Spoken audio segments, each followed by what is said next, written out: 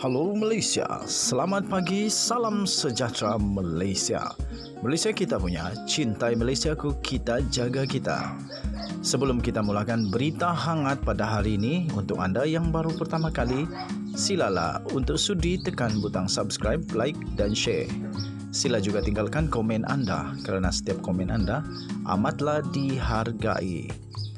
Berita hangat hari ini daripada channel ini, Denyut nadi suara rakyat bergema terus-menerus di dalam channel ini. Setiap hari kita membawakan berita-berita terbaru yang pastinya dinantikan oleh seluruh rakyat Malaysia. Kita akan mulakan berita kita. 1, 2, 3. Berita mula sekarang. Salam sejahtera Malaysia. Berita terkini dipetik daripada bharian.com.my. Sebentar tadi tuan-tuan dan puan-puan yang dihormati sekalian, kita sudah mengetahui keputusan untuk kes rasuah sebanyak 40 pertuduhan yang telah dihadapkan kepada Presiden UMNO dan Pengerusi Barisan Nasional Datuk Seri Dr. Ahmad Zahid Hamidi, yang akhirnya mahkamah telah membebaskan dan melepaskan beliau. Berita ini dipetik daripada bharian.com.my bertarikh 23 September 2022, tajuk berita Najib kembali ke penjara Kajang. Sejurus selepas Datuk Seri Dr. Ahmad Zahid Hamidi mengetahui keputusannya, dikabarkan dan disahkan Najib telah kembali ke penjara Kajang. Kuala Lumpur, bekas Perdana Menteri Datuk Seri Najib Tun Razak diberi pelepasan untuk dihantar semula ke penjara Kajang selepas menjalani pemeriksaan dan rawatan di Hospital Rehabilitasi Ceras HRC di sini. Perkara itu telah disahkan HRC melalui satu kenyataan bahawa pihaknya telah memberikan pelepasan perubatan dan membenarkan Najib Razak dihantar semula ke penjara Kajang. Katanya, bekas Perdana Menteri itu menjalani beberapa pemeriksaan dan rawatan rehabilitasi sepanjang tempoh ditempatkan di fasiliti berkenaan. Mengulas lebih lanjut, SRC memaklumkan pakar perubatan rehabilitasi HRC mendapati tahap kesihatan Najib kini dalam keadaan yang baik. Kata kenyataan itu, beliau iaitu Najib Razak juga diberikan tunjuk ajar oleh jurupulih perubatan fisioterapi HRC dan boleh menjalani latihan teknik senaman secara kendiri. Tambahnya lagi, pakar perunding berkaitan juga mengadakan sidang keluarga bersama beliau dan ahli keluarga terdekat di mana mereka dimaklumkan situasi terkini keadaan kesihatan serta pelan pemantauan kesihatan beliau. Pakar perunding perubatan dari Hospital Kuala Lumpur dan HRC telah memberikan pelepasan perubatan dan membenarkan beliau dihantar semula ke penjara Kajang, katanya melalui satu kenyataan pada hari ini. Dan Kementerian Kesihatan Malaysia KKM juga berkenan keadaan Najib yang mendapatkan rawatan rehabilitasi serta pemantauan lanjut di premis terbabit sebelum ini. Sebelum ini, Menteri Kesihatan Khairi Jamaluddin menafikan Kementerian Kesihatan Malaysia KKM memberikan layanan istimewa kepada bekas Perdana Menteri itu dengan menempatkannya di SRC. Sebaliknya, Khairi berkata, ahli Parlimen Pekan itu akan dihantar semula ke penjara Kajang untuk menjalani hukumannya selepas doktor dan pakar mengesahkan beliau sudah boleh dibenarkan keluar. Dalam pada itu, HRC berkata, bersesuaian matlamatnya, pihaknya akan terus komited dan terus memberikan perkhidmatan bagi memastikan pesakit dirawat di institusi fasiliti berkenaan dapat mencapai tahap potensi yang optimum dan membolehkan seseorang individu mencapai tahap kefungsian yang maksimum. Tahniah diucapkan kepada Datuk Seri Najib Tun Razak yang sudah kembali sihat dan telah pun dimasukkan semula ke dalam penjara Kajang.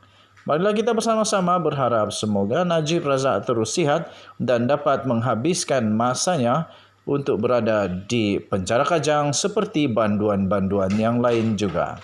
Denyut nadi suara rakyat bergema di channel ini. Jangan lupa tekan butang subscribe, like dan share. Kita jumpa lagi. Bye-bye.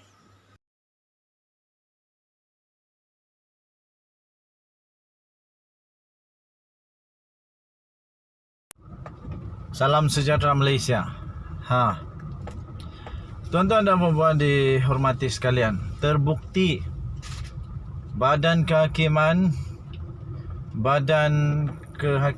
dan Perundangan Negara Malaysia berada di tempat yang terbaik sekarang. Ketika Zahid Hamidi dan juga ramai lagi yang lain mempersoalkan Badan Kehakiman Negara, sampai ada yang duk serang Kehakiman Negara, Perdana Menteri pun kena. Tapi terbukti pada hari ini, tuan-tuan dan puan-puan yang dihormati sekalian, bahawa Badan Kehakiman Negara Malaysia seperti yang dikatakan oleh Tengku Razali Hamzah dan juga bekas Ketua Hakim Negara, bahawa sekarang ini negara Malaysia punya Badan Kehakiman dan Perundangan adalah yang paling bebas pernah ada. Dibuktikan pada hari ini dengan keputusan yang menyebelahi Zahid Hamidi. Nasib baiklah Zahid Hamidi menang. Kalau Zahid Hamidi kalah, anda tahu lagi lah apa lagi komen diorang. Tapi syukurlah, sebab ini hikmah dia. Kemenangan tahniah diucapkan kepada Zahid Hamidi. Dengan kemenangan Zahid Hamidi ini, dengan dilepaskanlah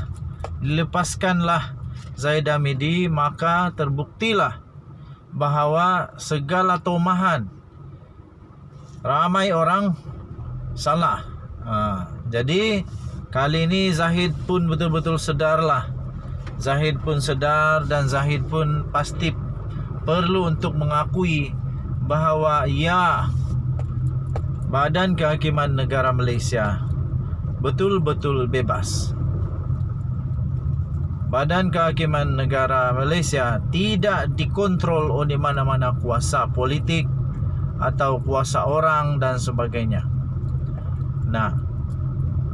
Betul tindakan Perdana Menteri apabila beliau tidak campur dalam apa-apapun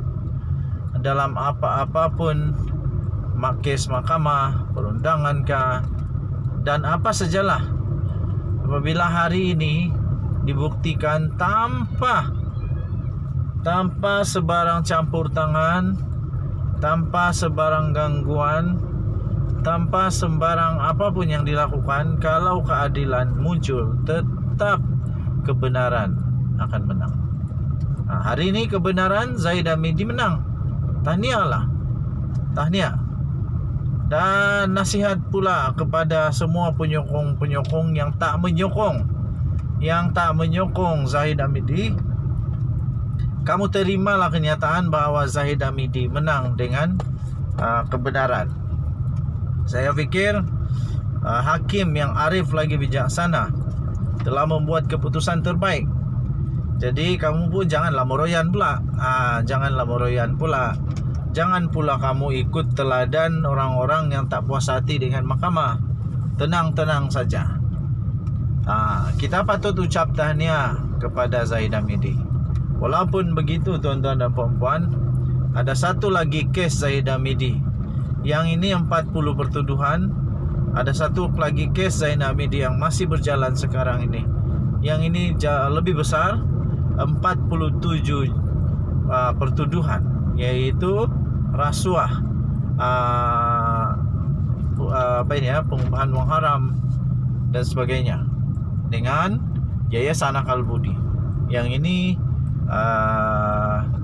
berkaitan dengan dengan itu VLN. Yang satu lagi itu Yayasan Akal Budi.